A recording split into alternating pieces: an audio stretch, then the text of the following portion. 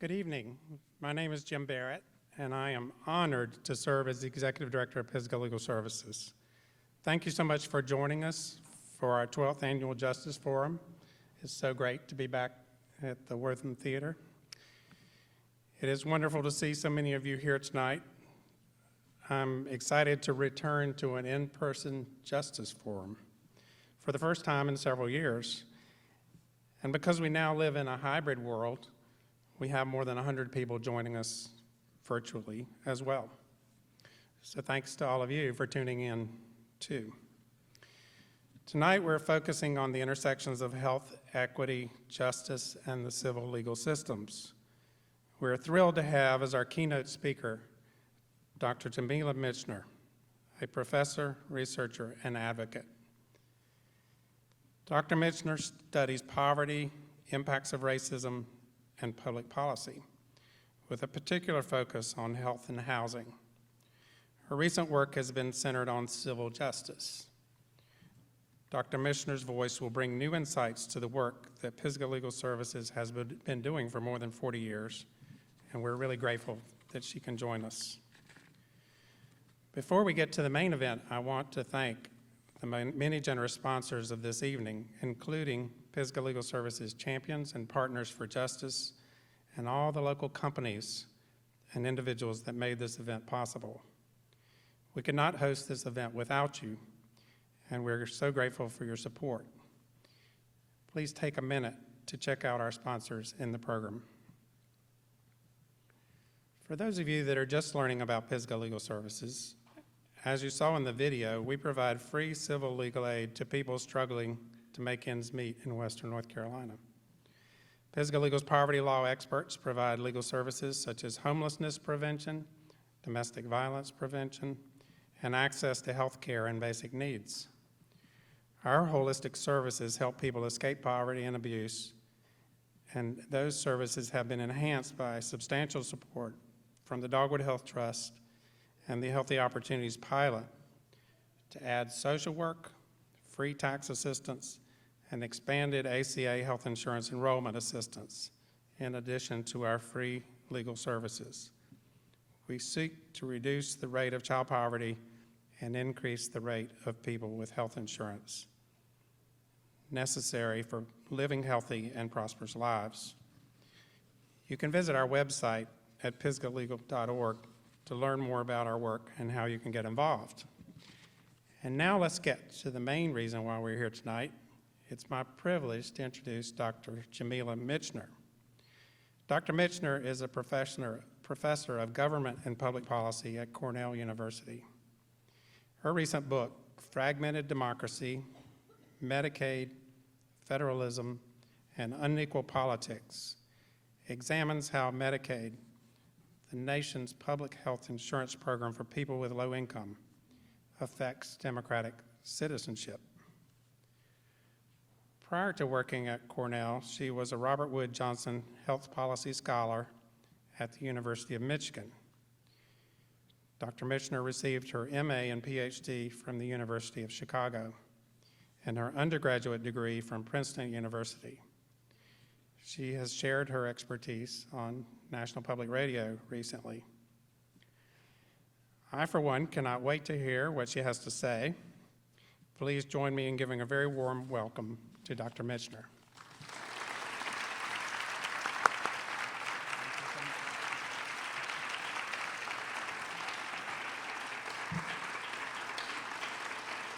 Hi, everyone. I really appreciate that. The one downside to great introductions where people read the bio is I feel like it sets too high of a bar. So let's adjust that downward, and that can be our starting point. No, seriously though, I'm so honored to be here. I've had such a great day. I've told a few people that I've been kicking myself for not making this trip longer. I don't think I realized what a gem Asheville was. I don't say this everywhere, trust me. You know, it's easier just not to say anything if you don't really mean it. But I mean it. I got a kind of tour. I got to learn even more about the work that Pisgah does, and I've gotten to talk to so many of you, and there's something really special here. So I appreciate you all for being here tonight and for what you invest in this community. And Pisgah it's clear to me, such an important part of that. So I am going to try to stick to time, which is notoriously difficult for me to do, but I have some accountability over here in this corner. And I am comforted by the fact that we have a Q&A, so if there are things that I don't cover, there are always opportunities to ask. But I want to start here, which is in Queens, New York City, which is where I grew up in New York City. My parents were immigrants. They immigrated from the Caribbean to New York City in the 1970s, and I will date myself, but I was born there in New York City in the 1980s, in the early 1980s. And my parents came to this country with nothing, literally nothing, and worked low-wage jobs and did their best to take care of me and my 3 older brothers, but it was not an easy life. It was a life that had lots of good things to it, so I would never take that away from my parents, but it wasn't an easy life, and the places that we lived were not easy places to live, and so there was always a part of me that asked questions. Why is it like this here? I remember watching TV and thinking, well, it seems like other places are really, really nice. What's wrong with here?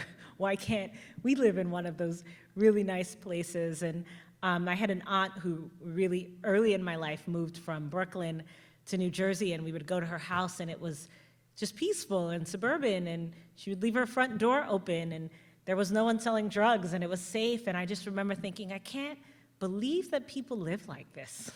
And I just couldn't understand why that wasn't possible for everyone. And so I always had that instinct in me to want to understand why and to want to grapple with poverty, with racial inequality, and with the reality that so many people in this world have very little. And so I have always been good, as so I've been told, at talking, much to my parents' dismay, at arguing. And when I went to college, I was, first of all, like sort of dumbstruck by the fact that I ended up at Princeton. I applied there on a whim thinking, people like me don't go there. But it happened. And I thought, like, oh, great. Everyone said I would be a great lawyer. But I knew what I was passionate about, which was poverty, racial inequality. So I have to blend these things. I have to be a lawyer who represents people who are living in poverty. So the summer after my junior year of college, thinking that this was my destiny, my future, I interned at Queens Legal Services, which is on the 3rd floor of this building. There was no Starbucks there at the time, just so you all know. So I did not have mixed motives for doing this internship. I did it because I wanted to be involved in the work. And I did a bunch of different things. It was wonderful. The executive director of Queens Legal Services, Carl Callender, at the time, wanted to make sure I really got a sense of the work. So I wasn't filing papers. I was at times going to court with the attorneys and observing. And I did a lot of intake. And honestly, I went home sad every day because this is my community. This is where I lived, where I grew up.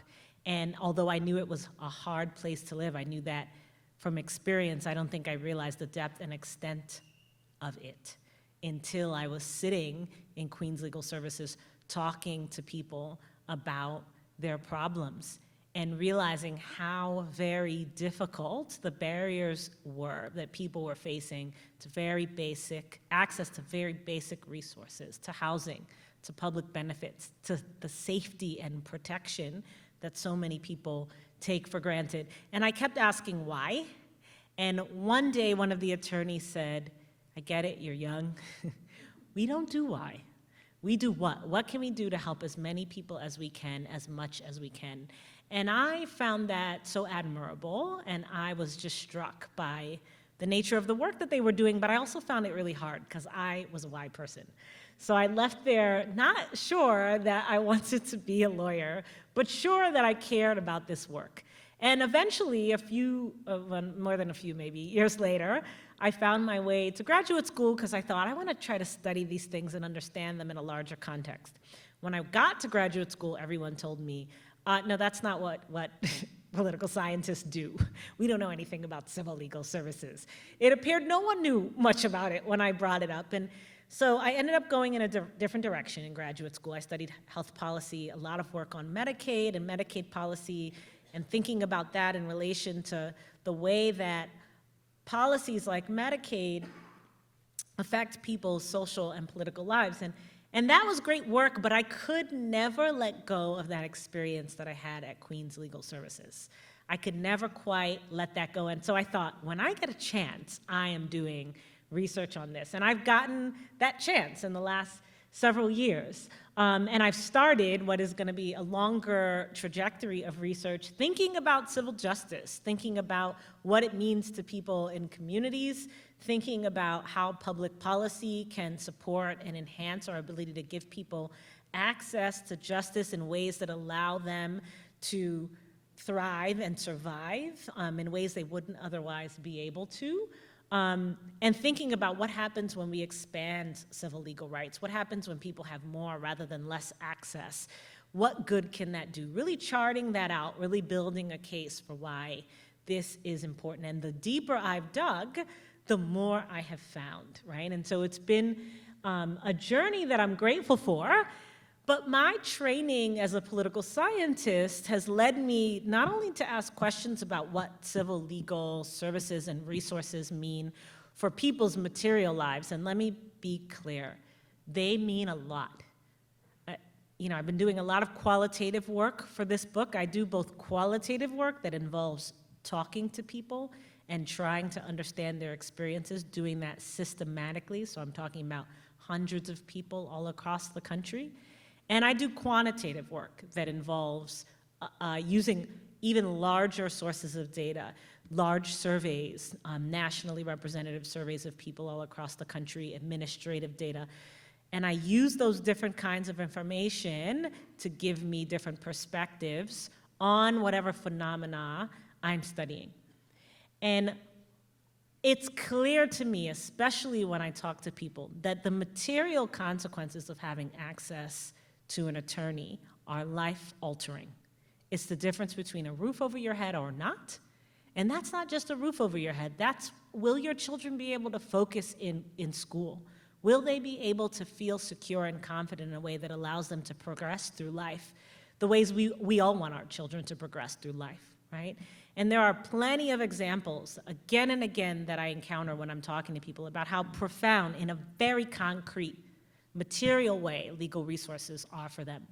But I've also paid close attention to what those resources mean for their ability to be full and equal and engaged parts of our political community. In other words, what does civil legal equality mean for democracy?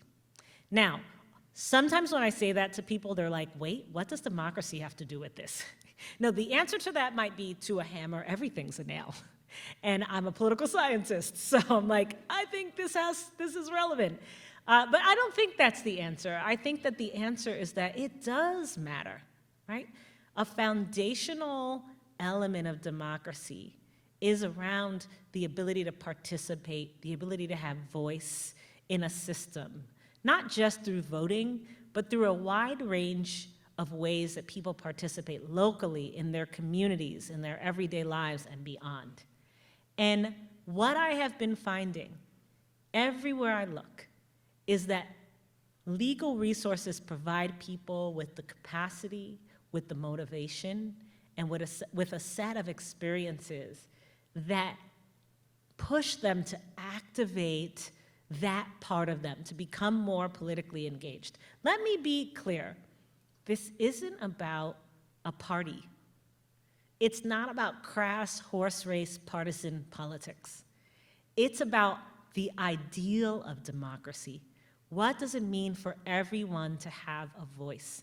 And as I've been doing this research, I will say I started off from a cynical place, and maybe that was driven by my initial experiences at Queens Legal Services. I thought, like so many other policies or social programs that we have in this country, it's more than likely that people will have negative experiences with legal systems that are going to disempower them.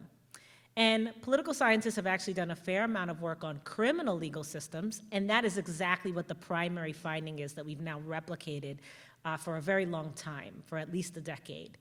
That you have these disempowering experiences that not only make your economic life, your material life harder, but really weaken and dampen your voice and your standing in society and your ability to contribute.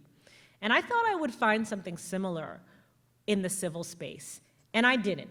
And so I want to share with you what I have been finding, and I want to sort of talk through that with you all so that you can understand the implications that I've been surfacing around this. So this first quote, I'm going to share, I could share this information with you in a lot of different ways, but I'm going to do it through narrative. I'm going to draw on the voices and the experiences of people that I've interviewed. These are just a few people because I only have 20 minutes. 10 now. Okay, good to know. Accountability is key, folks. But I thought, if we're talking about democracy and voice, it's only appropriate to draw on the voices of the people who are experiencing these things in the process, and it's such a crucial aspect of my own research process. So this is a man that I interviewed several years ago in New York. I'll call him Ronald, although none of the names are people's real names because I'm careful to protect people's identities. And he told me about how he first encountered legal services.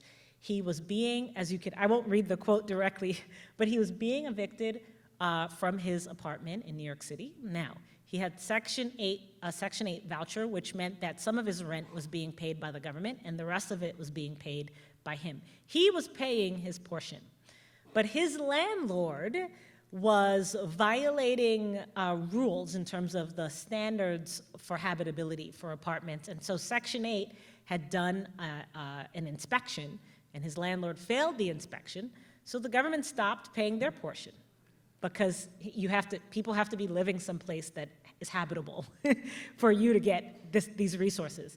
The landlord's response, instead of being to fix the problems, was to evict Ronald. He had just come back from a stint of 2 months in the hospital. Ronald had a collapsed lung. And this is just one example of how this intersects with health and health equity, which is another big part of what I study. And this is something like the day or the day after Ronald returns from the hospital that his landlord sends an attorney to serve him papers. His 5 children are there. He is a single dad. And it is a harrowing and troubling experience. And he doesn't understand what's happening. He doesn't understand at this time why he's being evicted. And he's asking why, because he has been paying his portion. And he says he got the papers and he couldn't understand one document, one paragraph, one sentence of what he was reading. So this is a larger system in terms of housing that can be deeply disempowering. But this is not where the story ends for Ronald.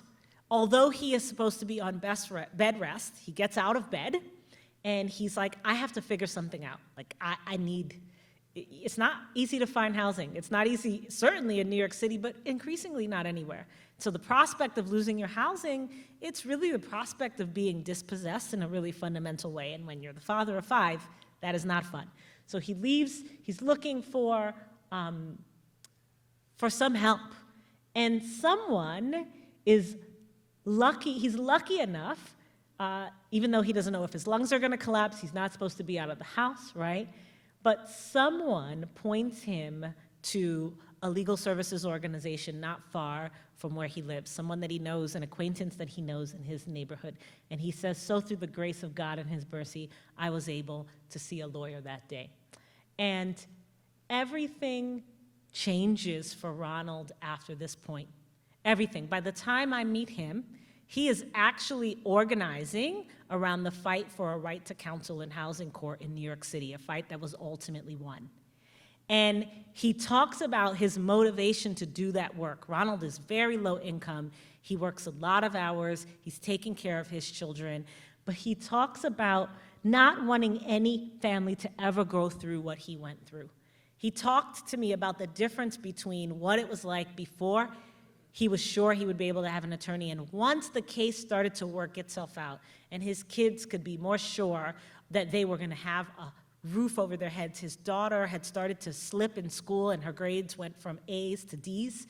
And when the case resolved itself, she was back up at A's and she's now in college. He talked about all of the different ways that this affected his life, and it moved him not to just be happy and move on with his life, which would have been perfectly okay and understandable, but also to engage more deeply, to try to play a role in making sure that people like him going forward had power.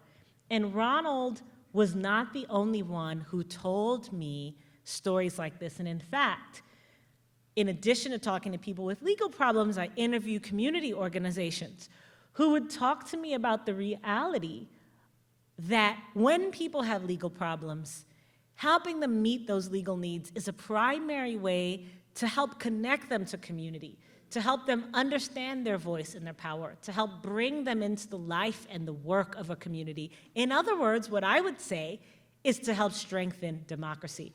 And a lot of community organizations told me about how they did this, about how they could have an in. The in wasn't to try to get somebody to vote for a particular party or candidate. Hardly any of these organizations thought much about that.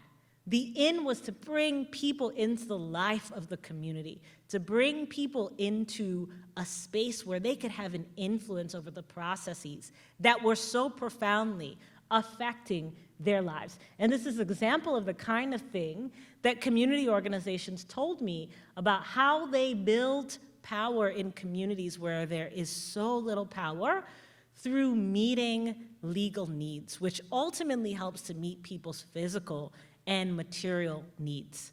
And this is important because often when I'm talking to people about civil legal services, there are these David and Goliath situations, and there is this sense of how do we navigate a system that is in so many ways so broken? And one of the answers I consistently give is changing the nature of power dynamics. Who has a say? Do the people who are most impacted have a say? And what we don't realize, I think often enough, is that legal services actually help that to be manifest. They give people the capacity, the space, the support they need, not only to have their legal problems addressed, but to more fully be people who have the capacity to invest in their families, in their communities, in their world.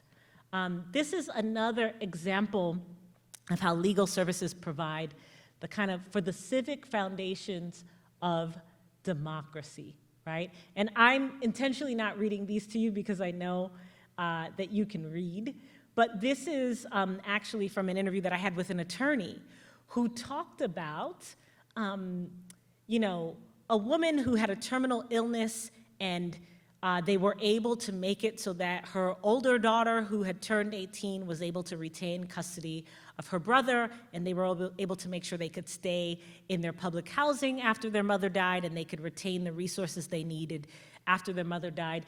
And it's, at the end, the attorney says, I don't know what would have happened to those kids without the help. And what does this mean for, this isn't directly related to politics, but without these kinds of supports, it's not possible for people to then become the well-functioning, invested, strong members of our social and political communities that we all need each of us to be, right? So there are so many layers to this. Just for a few minutes, and then I'm gonna wrap up, I wanna back out to show you, and don't worry, I know this looks more complicated than it needs to, but I'm going to explain it in very straightforward terms. So you might wonder, oh, these quotes from people, they're great, but is this really a larger pattern? So I did a survey with a colleague of mine at Duke University, her name is Mallory Sorrell, and we surveyed people about whether they had legal problems, whether they received legal assistance, and also on that survey there were questions about political participation, voting, and other forms of civic and political engagement. We surveyed over 20,000 people across racial groups, and in particular, we were interested in whether people had legal problems and whether having legal problems affected their likelihood of voting and their likelihood of participating in other ways in politics, whether you join a local group, whether you're a part of a local organization, whether you do work in your community. And what we found, so anytime you see something that's to the left of one of these black lines going down the middle, it means that it's a negative effect. And for any legal problems, what you see is that for every racial group, we break this down by racial group, there's a negative relationship between having a legal problem and participating in politics through voting, right? But often a positive relationship between having a legal problem and civic participation, doing other things that are much closer to your community. We wanted to understand this, so we looked a bit further, and we wanted to see if having access to counsel was possibly explaining this effect. And what we found was that having access to counsel, and this is particularly true for low-income people, and this is especially true when we ask about whether the access is in terms of legal services, makes it more likely that people engage in the political process and feel efficacious, feel like their political voice matters. So this isn't just individual stories, which are key and which actually we needed to hear the stories because that's what motivated us to collect this larger data. But this is based on a sample of 20,000 people across race, across different life situations. So I'm wrapping up here, and I want to wrap up by saying democratic participation matters, right? As someone who studies Medicaid and who has watched and in some ways participated in fights in a variety of states for things like Medicaid expansion, I know that it matters who's at the table. It matters who is able to put pressure on elected officials and on other people who are in decision-making positions. It matters who's participating and whose voice is heard. And we can think about things like the battle for Medicaid expansion and things like legal services as two separate buckets. But as someone who's done research in both realms, what I've realized is these things are so connected because the foundations of democracy that allow us to make sure that when policies truly benefit the people who need them most, they happen. Those foundations depend on a set of resources that include legal services, right? So I'm gonna stop there, and we'll have lots more time for conversation, hopefully, but I wanna be quiet so I don't eat up that time. Thank you for listening.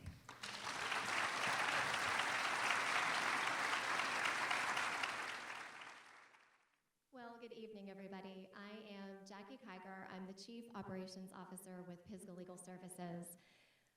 Dr. Michener, thank you for being here with us this evening, and thank you for your powerful words in this keynote.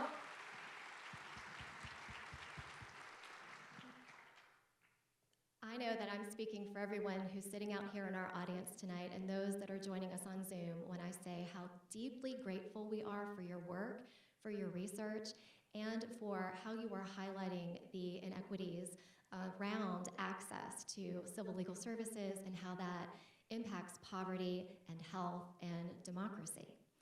And I'm really excited that we have the next couple of moments here together in this next part of the program to dig in a little deeper to your research and your work and to talk about those connections and how it intersects with our work here at Pisgah Legal Services.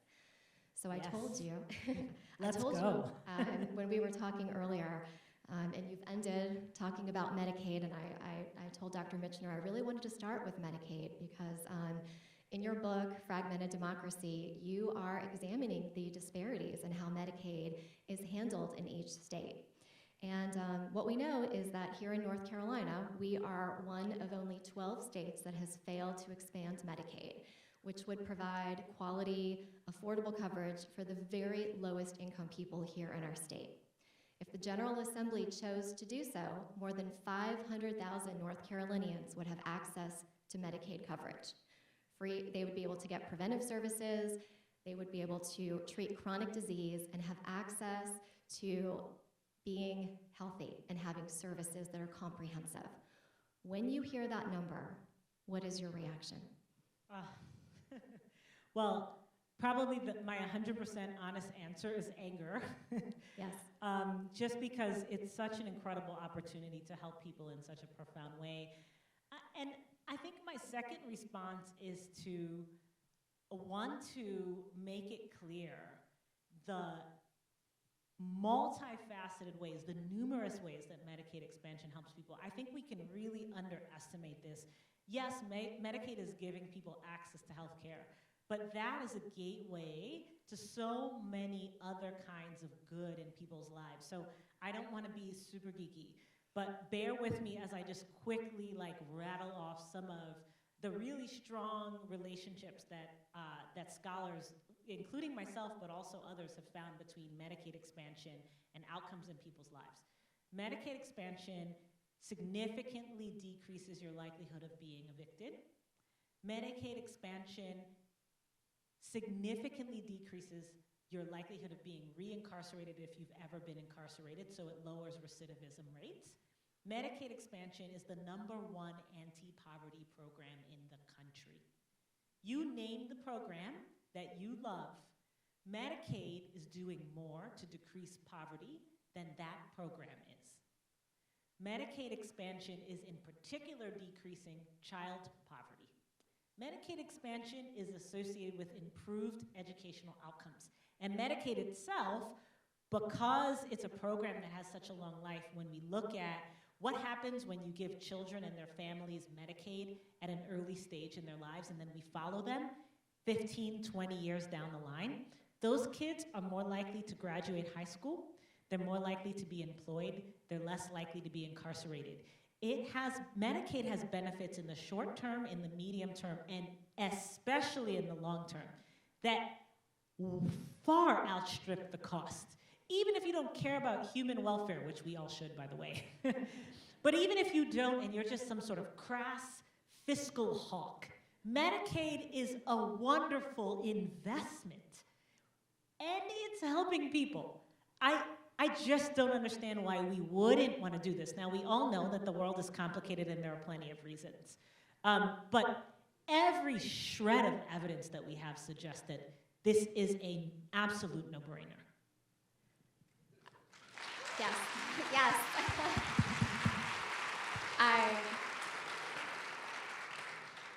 Thank you for that. Thank you for so eloquently explaining the deep impact of Medicaid and how it connects to so much.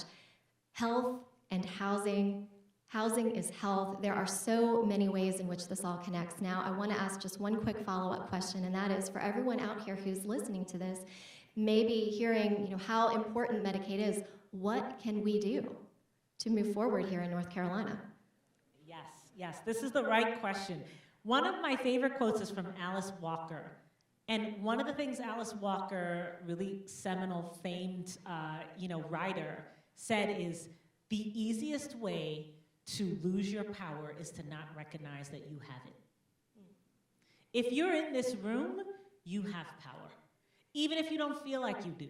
You have the power to write to your elected officials. You have the power to call them. You have the power to disrupt, disturb, speak, push, press, donate, in every way that you can possibly find leverage. And these things matter. I've worked with folks in Kansas, in Missouri, in places where Medicaid expansion seemed like an impossibility. I've been doing work lately with folks in Maine. These are places where Medicaid expansion in Kentucky, it just didn't seem possible. But it happened, and it didn't come from the goodwill in anyone's heart. I wish that was how our world worked, but it is not, unfortunately. It came from the exercise of power by people who refused to sit idly by and observe injustice. And that is everyone in this room. You can do more than you might think you can. Yes, thank you.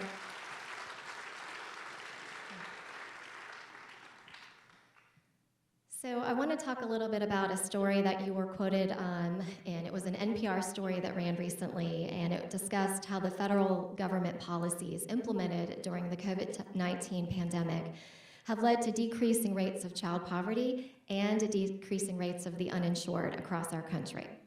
Now, impacting two of those measures, reducing child poverty and reducing the uninsured rate, are two important measures in Pisgah Legal's Health and Economic Opportunity Program. We're looking to help low-income families access that child tax credit and earned income tax credit and help enroll people in affordable health insurance under the ACA. Why are policies like this, where we're expanding access to health care and we are boosting income, essential for low-income people in our country? And what needs to happen on that policy level next? Ah, such a good question. And I love the fact that I have more than 30 seconds. I won't take much more, but more than 30 seconds. The funny thing about these NPR interviews is that you talk to them for like an hour, and then it's like 10 seconds of you saying one thing, and you're like, there's so much more to the story. So anyway, you know, I think that of all the ill and all the harm and all the terrible things that COVID brought, and there are no shortage of them, one of the amazing things that I think it afforded us was an opportunity to see more clearly the power of policy interventions to alter people's lives. And I think we can falsely think of problems like poverty as just these perennial things that will always be there, and there's not much you can do, and you can throw all the money in the world at the problem, and it's not gonna go away. And we have these odd and empirically unsubstantiated platitudes that we can sometimes be told. And that is not true. It turns out that when you invest in alleviating poverty, in reducing poverty, you can do it, and you can do it pretty straightforwardly. It turns out that when you invest in providing people with access to healthcare, you can do it, and you can do it pretty straightforwardly. It doesn't mean it's easy, right? And the largest barrier, honestly, is politics, because these issues have now been perceived as partisan issues, and we're in a place where we're the most polarized ever in partisan terms than we've been before. But I always push folks to rethink that. You know, fighting poverty is not a partisan issue. It should not be. Maybe it is, but it should not be. Providing people with universal access to health care, Yes. it should not be a partisan issue. And what's amazing, either with policies like the child tax credit around that, or Medicaid expansion, or other policies that, you know, unfolded during the pandemic, where, for example, we really cut down on the Medicaid churn. Why? We just stopped making people have to recertify and jump through a million different hoops in order to stay on the program. This idea, if you really want this, why don't you jump through fire-burning hoops, and then we'll see you want it. How many of us are doing that to maintain our health insurance again? You know, too many people, frankly, but many people have the luxury of not having to do that. And so, to remove barriers and to create resources, we saw the consequences of that when we remove the barriers and we create the resources, is that many more people have many more resources, children and families in particular. And we did it through policy. And it wasn't easy, and it hasn't been particularly sustainable, but all of the evidence suggests that it's changed people's lives for the better. So the question is, how can we build the will, the support, and ultimately the power that we need to make it so that it's not an option for the people who are making decisions about policy to say no to what's good for the vast majority of us? Absolutely. Thank you for that. I think I have time to ask you one last question in this part of the program, and I want to kind of connect on that in terms of what can we do moving forward. We have, you know, you're a college professor, and we have a lot of students and young people here joining us tonight. Hi, students. I know that there are students from UNC Asheville and some of our other local colleges out here in the audience and joining us on Zoom. So what advice do you give your students and other young people about how they can influence issues in their community and across our country? You know, I want to tell the students that so it's not easy to study racial inequality and poverty, and there are many days where I'm like, this is so hopeless. And the thing that keeps me inspired are my students. Being around young people who are like, yeah, this is hard, but we are willing to do it, and we are ready to do it, and we have the energy to do it. I guess I would say a few things. One is, similar to what I said before, don't underestimate your power and your potential and your voice, and think that because you're young, there's nothing that you have to contribute. Two is, recognize all of the different modalities and the pathways for doing this. Sometimes I think we can be really caught up in like national politics. I tell people I try not to actually, but if I happen to be on an airplane next to a chatty person, for example, who insist on me, when people say, what do? I say, I'm a teacher. And then they just assume it's like middle school or something, and I allow that. But if it's somebody like me, as the folks at Pisgah, especially Allie, can attest to, who asks too many questions, eventually, not Allie, me, I ask too many questions. Eventually they figure out what I actually do, and then it's like, oh, tell me what you think about the president, or something like that. And we can have this myopic view of politics that's horse race politics, that's like, who's gonna win in the midterms? I'm not saying who's gonna win in the midterms isn't important, it is very important. But I'm saying that, that is one of many things that are important. And when we get too preoccupied with that and it feels far away and it feels like, well, it's just one vote, what can I really do? Well, you can do that. You can cast that one vote, you certainly can. I mean, you can do a lot more. You can work in your community. You can find organizations that are doing the work. You can lend them your brilliance, your insights, your energy, your inspiration. And you can do that across levels. You can find state organizations, advocacy organizations. There are so many different places to kind of get involved and insert yourself. And sometimes it's social media. Look, Twitter is fine, Instagram is fine. Those are important avenues, but don't stop there, right? Don't just point and click. Figure out on the ground how you can connect to real work that's being done to advance the issues that you care about. When I have seen my students do this, it's been absolutely transformative. I know we're running out of time. I want to tell one quick story. It's going to be quick, I promise. I hope you're with me. So, a few years ago, I was teaching a class on campus called Prisons, Politics, Policy. It's a class that I teach every so often. It's very popular. I usually have maybe 150, 200 students. Cornell has a big prison education program. I'm a part of that. I do quite a bit of teaching in prison. And that class is just a way for me to bring students into that world and help them to see some of the issues there. And some of the students from that class I did an engaged project with. So we wanted to find a way to move outside of the classroom and really bring our learnings into the world. I worked with a local community organization in my community that worked on re-entry. The students helped that organization to do something they'd been looking to do for a long time, do a series of in-depth interviews with people in our county who had been returning from jail and prison to understand what their needs were, what their most acute needs were. What we quickly found out, and that research wouldn't have been possible without the students, what we quickly found out was that one of their most acute needs was housing. Because you have a criminal record, they run a background check, it's just very difficult to get housing. Even if you've turned your life around, you're doing everything right, you may still end up being unhoused. And so we realized this, we drew on these interviews, the students helped to write a report. They even helped to go before our county legislature and lobby to our legislature to get more resources. And ultimately, we got those resources from our legislature. As a result, in collaboration with a number of other organizations in our county, we were able to build what we now call the Sunflower Houses, which provide a dedicated space for people who are returning from jail and prison, who have a criminal legal background, to have someplace safe, someplace secure, and someplace nice to live. That was students.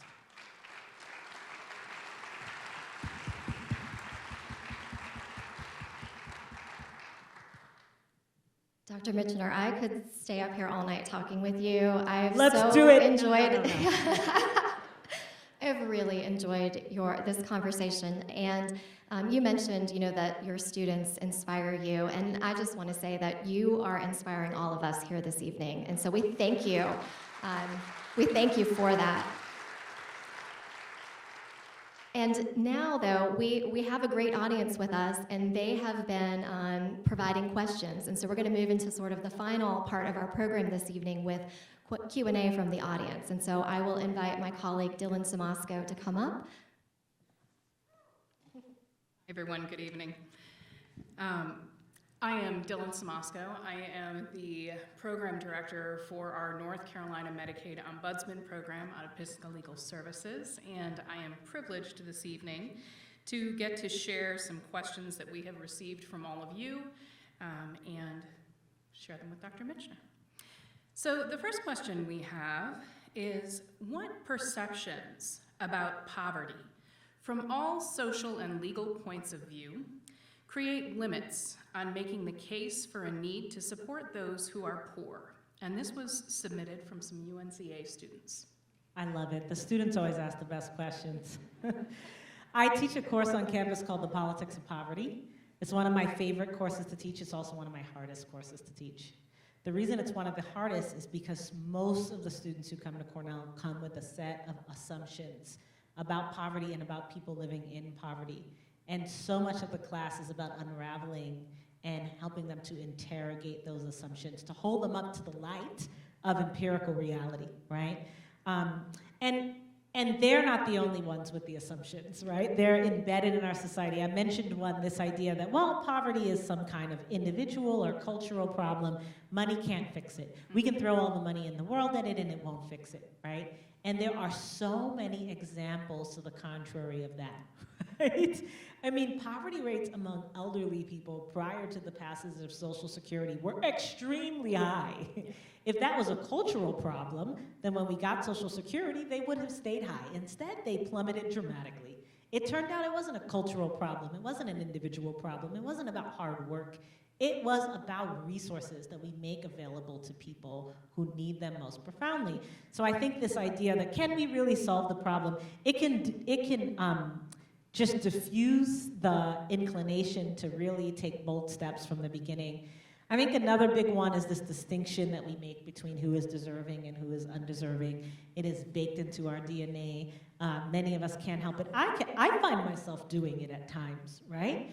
And now that, you know, I have two kids, I have a 9-year-old and a 12-year-old, and it's really interesting having these conversations with them and realizing how somehow, I don't know if it's osmosis or whatever, because I'm like, but I'm your mother. These ideas, they penetrate our consciousness and they sit sort of deep within us. They're baked into our public policy, they're baked into our cultural discourse, they're everywhere. And what they tell us is there's some subset of people who deserve poverty. They're not working hard enough, they're not morally upstanding enough, they're not trying enough, they are deserving of their own fate. And what does it mean to deserve to be hungry, to deserve to be homeless, to deserve to not have health care when you need it? What is it that you can do that warrants that if we believe in our common human dignity and humanity? I think the answer is that nobody deserves that, right? And that can sound very romanticized to folks like, well, realistically, resources are limited, and so we have to focus on the people who really are, you know, who earned it, who deserve it. And even that narrative, it's a narrative. We are the richest country in the history of the world. If we cannot do it, it's really sad and hard. But the will is not there, and part of what can undermine that is this idea, or these ideas about who is deserving and who is not deserving. I'll end on this one note, which is to say, when you think about over the life course, so this is from the time that someone is born to the time that they die, over 60% of Americans throughout their life course are gonna have to rely on what we think of as poverty programs for survival. About over 50% of births in this country are financed by Medicaid. Increasingly, long-term care is financed by Medicaid, even for middle-class and upper-middle-class people, because nursing homes are extraordinarily expensive, and Medicaid is the only option for long-term care, unless you've been, you planned really well, right? And then everything in the middle. Everybody gets sick. Everybody loses work. Everybody has things that are uncontrollable that happen to them. And everybody's flawed. So some of the things even that you can control, that you do quote unquote deserve, which of us can cast the first stone? This deservingness trope is such a barrier, and it's one we have to reject, I would say. Yes. Thank you, Dr. Michener. I believe we have time for one more question. Two? Great. I'll try to be brief, I promise. So here's the first one. With the complexity of systemic racial and economic injustice, do you have any recommendations for specific target areas for policy change that might have the most impact on the everyday lives of people in our community? This was submitted via email by Anna.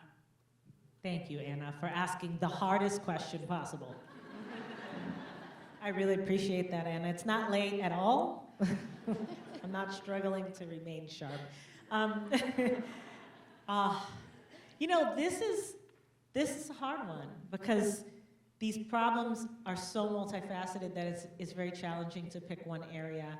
And I'm going to pick two, and it's obviously I will surface my biases, but I think healthcare and housing are really critical. I think without those pieces, it's very difficult. It's, for example, healthcare is a work support. People are able to maintain employment and have greater upward mobility when they have it. Housing is also a work support. So if we want to think about where we can invest resources to get people in a place where they're able to thrive in our society and in our economy, I think healthcare and housing are critical. And I will say, in both of those spaces, I want to say something that I know is maybe it's not popular, and that's okay, I'll say it anyway. And everyone is free to disagree to the extent they want to. But I think to the extent possible, making it so that in those spaces, healthcare and housing in particular, that we move farther and further away from the status quo, which is, I think, that those things being commodities that are traded in markets for profit, and that we move closer and closer to those things being fundamental rights that everyone has access to, and that the focus is about providing universal access and not about profit. Now, that can look all sorts of ways. That can look all sorts of ways, and I know some people are like, socialism, and that's not the form that has to take, right? But it's about moving along that spectrum away from privatizing and profitizing resources that absolutely everybody should have access to. So that's a very broad response, but it's like, it's the lens I would look through if we wanted to think about where do we really target our energies and efforts. So this dovetails nicely with that statement. What strategies have been successfully employed by cities for dealing with homelessness? And that was submitted by Bet. Oh yeah, I think this is great. There are so many examples here, and the more work I've been doing on housing over the last few years, the more it feels impossible to answer just because of how many different strategies there are. And the reason there are lots of different strategies is because every place is very different. The causes of homelessness and the politically palatable responses to it are going to vary tremendously. They're going to be really different in New York City than they are in Asheville, right? So the question is, like, what are some threads maybe that we can pull across those that apply most broadly? And I'm going to sound a little bit like a broken record, but forgive me here, because I think this is important, so I want to reiterate the message. In the places where I've seen the most transformative, the most broad-reaching changes happen with respect to housing and homelessness, those have been the places where people who are housing insecure, where people who are unhoused, actually have a say in the policy and the process. So it's not so much about me from my perch at Cornell saying X policy is the one. It's about all of us saying who is the most affected and what are their experiences. And what can we learn from them and from their experiences and from their participation and their engagement? What can we learn when they actually have power and voice? And that is what points us to the right policy. So it's more about a process and the principles of process than it is about one specific policy. And if that sounds like a cop-out, it also is that. Thank you very much, Dr. Michener.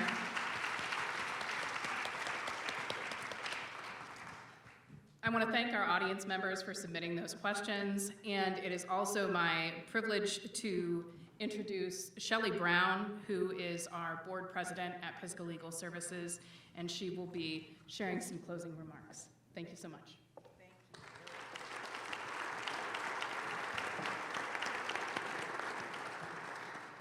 Thank you, everybody, but most importantly, thank you, Dr. Michener. You are amazing.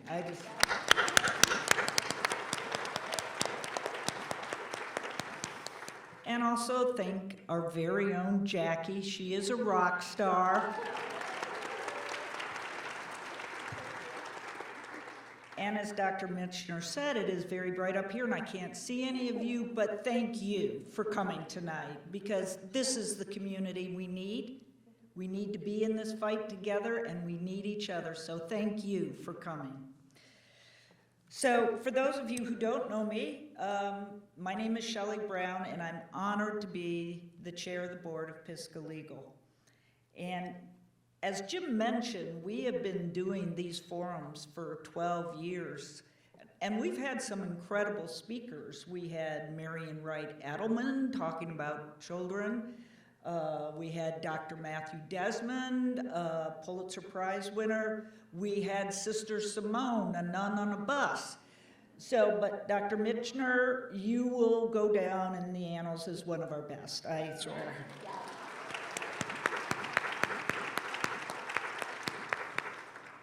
You know, one of my main takeaways from tonight was she gets us.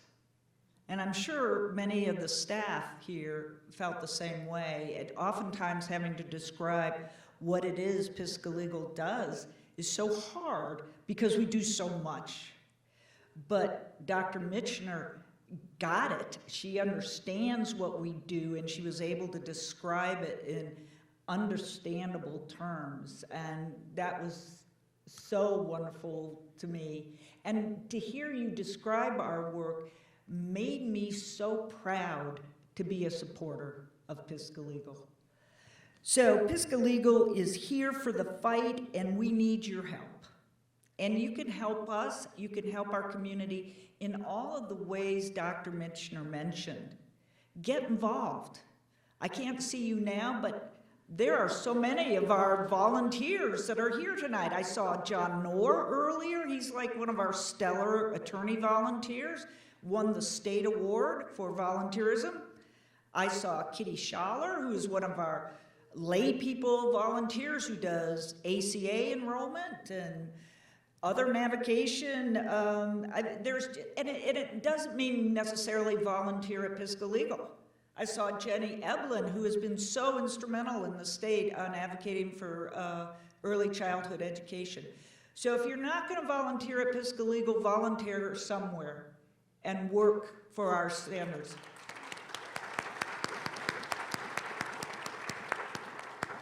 And also advocate. Advocate for these causes that Dr. Michener mentioned. And it's easy to do. Write a letter to the editor. We've done that. I saw Jerry Sternberg here earlier. He has taken that letter writing to a new level. I always look forward to hear what Jerry has to say in the Mountain Express. And most importantly, make a commitment to vote and to get everyone you know to the polls.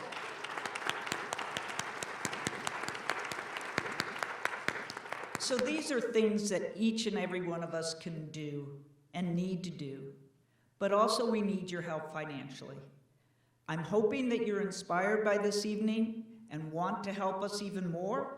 Pisgah Legal has made it easy. They've included a little envelope in your program. Also, you can go on pisgahlegal.org to give, or you could ask any of the staff that are here, Jim Barrett, Jackie, Allie. They can all help you. So we would really appreciate any financial contribution you can do. As many of you know, we have been the wonderful recipient of Dogwood Health Trust, a large grant, but that grant is for additional different work. They're not funding us for our homelessness prevention, our fights in the courts to stop evictions. They're not helping us with stopping domestic violence, assisting victims, assisting the children of violence. So we still need financial support for our core work. And so I'm hoping that you are inspired by tonight and will make a contribution. But most importantly, we just need you in the fight. Pisgah Legal will be here always fighting for justice. And we need your help on that. We appreciate you for being here tonight and for fighting for justice. Thank you very much.